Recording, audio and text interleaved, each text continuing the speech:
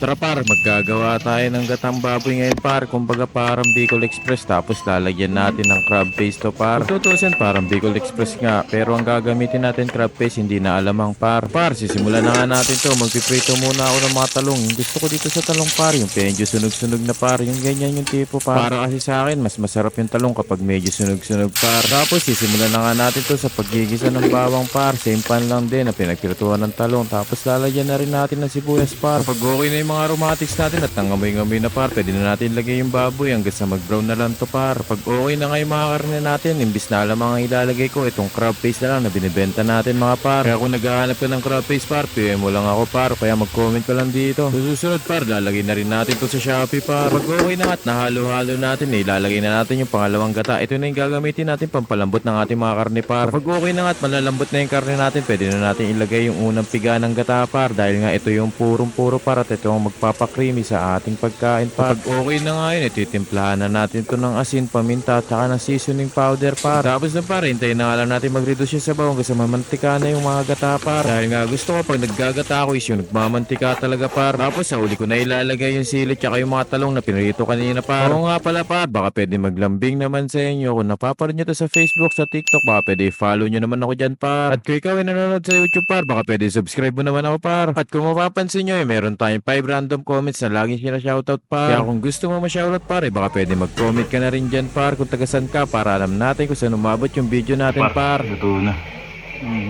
Solid yun par. Nagmamantikang gata. Ayan o. May taba ng talangka. Solid. Ginawa natin yung wala ng taba-taba yung karne. Para hindi na masyado high blood yun. Ayan o.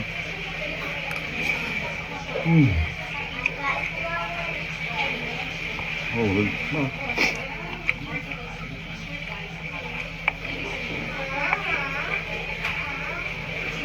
Yung talong.